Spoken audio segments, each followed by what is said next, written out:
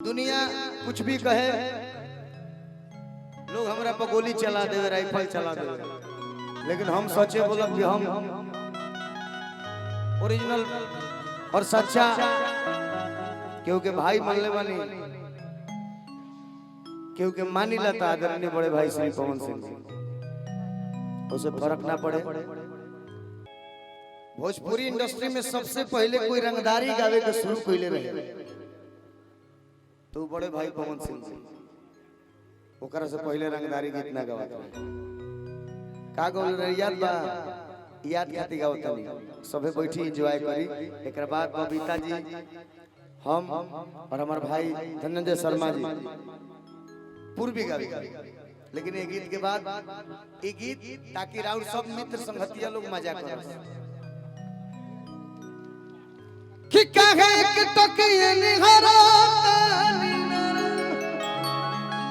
ओकरा के छुपा लेते। स्पेशल मुखिया जी लोग खातिर गीत गौले वाले ब्यास हर निहरा तने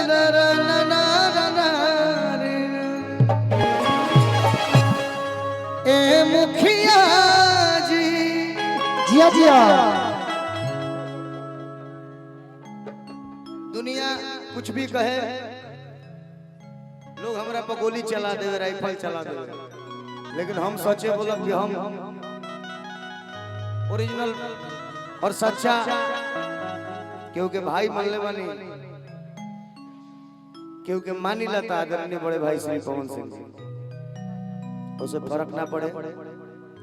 खेसारी भैया से मंच सीखने जा हमने के वहां खातिर भी बहुत इज्जत बा, और आदरणीय बड़े भाई प्रमोद प्रेमी यादव के लिए भी उतना ही इज्जत है।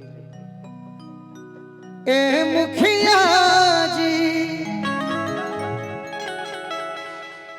बाबा, ए मुखिया जी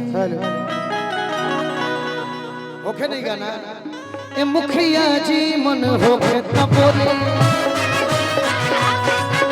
नहीं तरुआ खाई बरदास वाला गोली, नहीं तो लखाई बरदास वाला गोली, काहे के तकिए निहारा तकिए थी निहारा तकिए।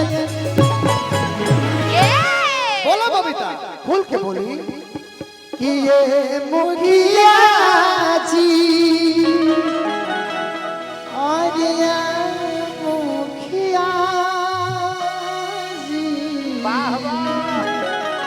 मुखिया जी मन होके त बोले नहीं तो लखाई बरदास वाला गोली, मुखिया जी मन होके त बोले नहीं तो लखाई बरदास वाला गोली।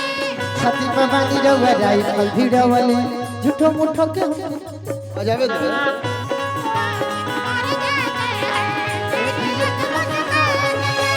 जाता रहो परदेश बोलमुआ हमके घर में छोड़, कभी जाए से पहले पाला उठलाली से रोटी।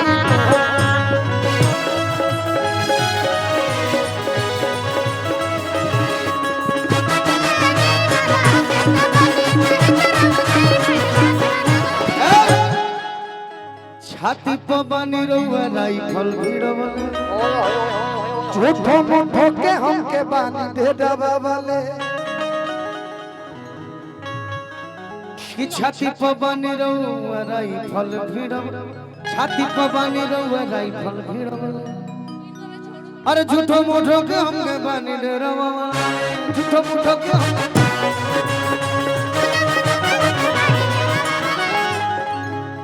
रहुए समान लगाई जनी बोली, लगाई जनी बोली, लगाई जनी